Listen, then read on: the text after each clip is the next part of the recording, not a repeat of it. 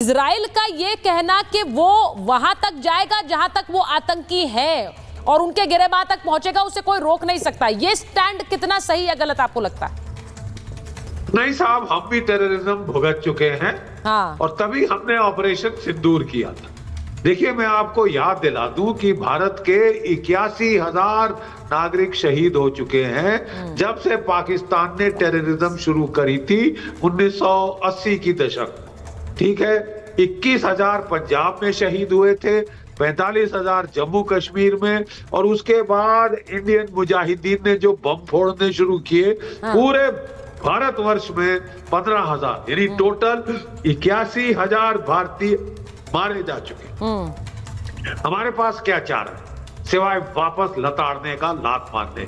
Principal तो वही है ना साहब। ठीक है, अब इजराइल के 7 अक्टूबर को आपने 1,200 आदमी, औरत, बच्चे बेचारे जो नाच गाना अपना डांस कर रहे थे, म्यूजिक फेस्टिवल कर रहे थे, उनको मार डाला, बेरहमी से मारा, चुन चुन कर मारा, बच्चों को नहीं छोड़ा, औरतों को नहीं छोड़ा। ठीक है साहब, तो फिर उसके बाद आप क्या समझते हैं, आपके ऊपर पलटवार नहीं होगा? जी, पलटवार नहीं होगा। पलटवार हुआ तो रुदाली बन गए, तो आए आए मार दिया, आए आए मार दिया। नहीं तो फिर मत करें ना साहब ऐसी उल्टी सीधी ओछी हरकतें, है ना। आपको लड़ना है, आपके जरा मुल्क जिनके पास हथियार है उनको बोले लड़ लें साहब। आपके मुल्क क्यों नहीं लड़ते? आपके मुल्क अभी धमकी दे रहे हैं हम सब मिलके मारेंगे, पाकिस्तान मिलके मारेगा। नहीं, अब एक और जनरल साहब, मैं एक और बात बताना चाह रही हूँ। इस ओआईसी में एक और प्रस्ताव सामने आया जिसके बारे में मैं बताना चाहती हूँ। मैं क्यों कह रही हूँ कि एक आहट है, इजराइल पर मुस्लिम देश हमला करेंगे। ईरान ने एक प्रस्ताव रखा है यहाँ पर। ईरान का कहना है कि एक नाटो की तरह सेना इस्लामिक देशों की भी हो, मुस्लिम देशों का एक सैन्य गठबंधन तैयार किया जाए जो कि एक मिलिट्री अलायंस हो, यानी किसी एक पर अगर हमला होगा तो सब पर हमला माना जाए। नाटो में यही होता है, नाटो के देशों का एक मिलिट्री पैक्ट है, उसी तरह का एक मिलिट्री पैक्ट ओआईसी के देशों में हो, किसी एक पर हमला हो तो सब मिलकर अपनी सेना भेजें और उस देश पर हमला कर दें।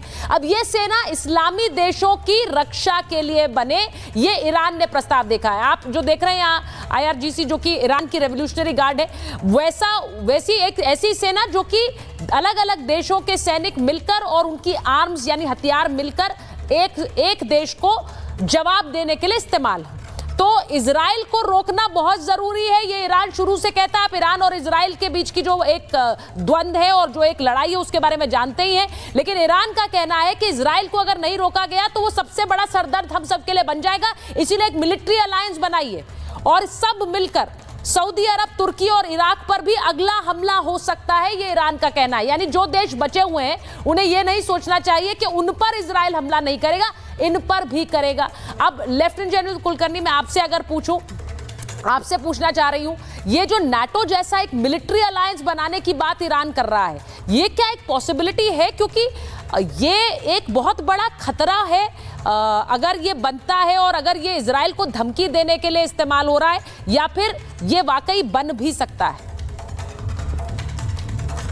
वो कहते हैं ना, गालिब दिल बहलाने के लिए चाल अच्छा है, वही हाल है, हो नहीं सकता है। इतनी हिम्मत नहीं है, चाहे पाकिस्तान ये कहे कि हम न्यूक्लियर हैं, हम आपका साथ देंगे, और लोग कहे पाकिस्तान आप चलो हम आपके साथ हैं। ये सब कहने की बातें हैं। इतना आसान होता तो बहुत पहले हो जाता था। ये जो आतंकी संगठन है इनके बरखिलाफ, अभी कतर में भी जिस प्रकार से हमला हुआ है, कितने कतरी मारे गए, एक भी कतर का इंसान नहीं मारा गया। क्यों? इतना प्रिसीजन स्ट्राइक से उन्होंने किया कि उन्होंने दिखाया कि सिर्फ हमास के जो 6 लोग मारे गए हैं, जो खलील को मारना था, जो उसके साथ साथी थे, उनका लड़का भी था, उनको मारा उसने। क्यों ऐसे किया? मकसद एक ही है कि 0 टॉलरेंस अगेंस्ट टेररिज्म। तो उसको देखते हुए सारी कार्रवाई। ऐसे अगर आप सोचे क्योंकि ईरान और इजराइल की नहीं बनती है और ईरान का है, तो आप सब एक तरीके से सोचेंगे, ऐसे नहीं होता है, समूह में नहीं सोचता है। इधर जो बोलते हैं आतंक का कोई मजहब नहीं होता है, ये नहीं है कि मुसलमान है या किसी और मजहब का आदमी, बिल्कुल नहीं। आतंक का कोई मजहब नहीं होता है और आतंक के बरखिलाफ लड़ाई लड़ना बहुत जरूरी है। इस प्रकार से क्यों नहीं आज तक फिलिस्तीनी बार बार कह रहे कि हमें माफ कर दो, हमने गलती की, 7 अक्टूबर हमने नहीं करना था इस तरीके तरीके से और सरेंडर कर देते हैं कि चलो कार्रवाई शुरू ना, वो भी नहीं करना है। आप देखिएगा कितनी परेशानी है गाजा के अंदर, एक खाना पानी में दिक्कत है, कोई शक नहीं है, बिल्कुल ही मतलब इसमें कोई शक नहीं कि गाजा के अंदर बहुत ज्यादा तकलीफ है। लेकिन क्यों नहीं बाकी जो फिलिस्तीनी उधर है कह रहे कि हम हमास के साथ नहीं खड़े हैं, हम नहीं चाहते लड़ाई रोको, कोई नहीं कह रहे हैं। इसका मतलब क्या हुआ? तो ये कहना कि हम नाटो के जैसे खड़ा कर देंगे, आर्टिकल 5 के मुताबिक हम कार्रवाई कर लेंगे, ये गलत सोच है। और सोच होनी चाहिए पूरे विश्व में आतंक के खिलाफ हम लड़ेंगे, चाहे हम किसी भी मजहब के हो। नहीं, क्योंकि एम्बेसडर वोरा, समस्या ये है कि भारत भी तो वो देख रहा है ना, भारत ने आतंकवाद झेला है, टेररिज्म झेला है। यही वजह है कि हम देख रहे हैं कि हम इजराइल के साथ या फिर नेतन्याहू के साथ उस दंश को समझते हैं। ये भी एक सच है, ये एक सच्चाई है। और इसीलिए हम इजराइल के साथ अगर एक सॉलिडारिटी दिखाते हैं, इसका मतलब ये नहीं है कि जिनकी बात अभी जवाद साहब ने कही कि छोटे छोटे बच्चे वहां पर यतीम हो गए, ऐसा नहीं, हम उसका समर्थन करते हैं। लेकिन टेररिज्म के खिलाफ तो एक स्टैंड लेना जरूरी है एम्बेसडर वोरा। अब अगर आप वो स्टैंड लेंगे तो क्या आप ओआईसी के सभी देशों के खिलाफ हो जाएंगे? अभी नहीं मैम, ये बिल्कुल गलत है। आप जानती हैं कि ओआईसी के देशों के साथ हमारे संबंध बहुत अच्छे हैं। 27 देशों ने अपने सबसे बड़े राष्ट्रीय सम्मान प्राइम मिनिस्टर नरेंद्र मोदी को दिए, 8 उनमें से इस्लामिक देश है। तो ये कहना कि हमारे संबंध खराब हो जाएंगे एक्सेट्रा, ये बहुत पुरानी कहानी है। ये 19वीं शताब्दी की कहानी है, या 20वीं शताब्दी की, 21वीं शताब्दी की नहीं है। नाउ रियलिटी ये है इस समय में कि जो आप बात कर रहे हैं कि एक ओआईसी फौज बनाए, अरब ने कुछ किया तो था, बनाने की कोशिश की थी, वो ठप हो गई बिल्कुल। क्योंकि जैसा इसने कहा था, जो बहुत लीडर थे अरब वर्ल्ड के, पैलेस्टाइन के गुजर गए, यासिर अराफात, कि जब तक तो एक कॉमन दुश्मन है हम उससे लड़ेंगे, जब कॉमन दुश्मनी होगा हम एक दूसरे से लड़ेंगे। ईरान बीच में फुदक रहा क्योंकि वो अकेला पड़ गया, वो तो नॉन अरब है ना मैम, वो अकेला पड़ गया, वो दिखाना चाहता है कि मैं सबसे ज्यादा जो है इसमें फुदकूंगा। पाकिस्तान अभी खामोश है, वो भी कुछ कहेगा नहीं करना चाहिए, नहीं करना चाहिए, कौन भेजेगा? पाकिस्तान तो खामोश है सर, लेकिन ट्रंप क्या कर रहे हैं? ट्रंप के बारे में कुछ समझ नहीं आ रहा है सर। कतर को भी सपोर्ट करते हैं, लेकिन दूसरी तरफ वहां हरी झंडी दे रहे हैं कि हमला करो। What is Trump doing? मैं बता दूं मैम, आखिर ट्रंप को खुद नहीं मालूम वो क्या कर रहा है मैम। इसमें कौन सी बड़ी बात है?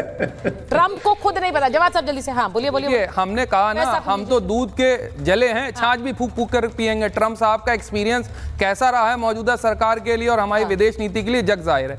लेकिन हमास के मुतालिक से आपने एक बात कही कि आतंकी संगठन, आपको बड़ी जिम्मेदारी से एक चीज कह रहा हूं, पूरी दुनिया में, इनफैक्ट यूरोप में भी जो एहतजाज हो रहे हैं, मतलब मुनाफिकत की हद है, मुनाफिकत की हद पार है। पूरे यूरोप में आप देखेंगे बहुत सी कंट्रीज के अंदर इजराइल के खिलाफ प्रदर्शन हो रहे हैं, इजराइल के अंदर प्रदर्शन हो रहे हैं, गल्फ कंट्रीज कर रही हैं। बताइए मुझे, हमास के लिए विरोध प्रदर्शन कहां हुआ है? किसी एक मुल्क में बताइए यूरोप में। तो आप खुलकर फिर बोल दीजिए ना, मैं हमास का समर्थन कर रहा हूं, ये तो बोल दीजिए फिर।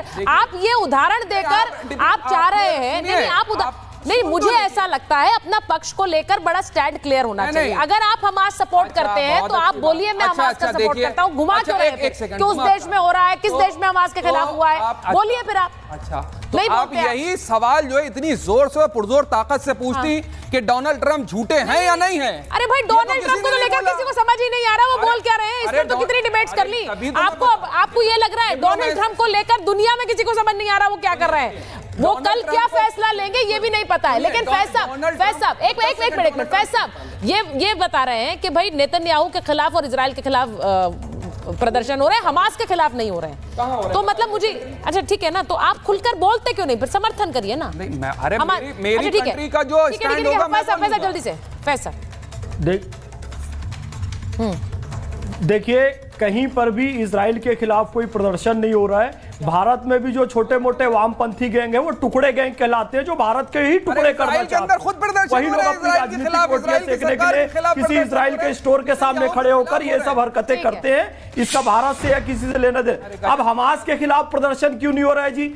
सबको मालूम है हिजबुल मुजाहिदीन आतंकवादी संगठन है, लश्कर तोयबा आतंकवादी संगठन है, इंडियन मुजाहिदीन, लश्कर जहांगीर और तमाम ये सब आतंक फैलाते हैं। तो जब जानते हैं तो इनके खिलाफ प्रदर्शन नहीं, कार्रवाई की जाती है। जो कार्रवाई इजराइल कर रहा है। और चलिए, मुझे ऐसा लग रहा है ओआईसी के मंच से आज एक बड़ा संदेश देने की कोशिश है। लेकिन जैसा कि यहाँ मत है कोई बड़ा हमला नहीं करेगा इजराइल पर, लेकिन इजराइल ने जरूर सबको बता दिया कि जो उस पर हमला हुआ है वो बर्दाश्त नहीं है।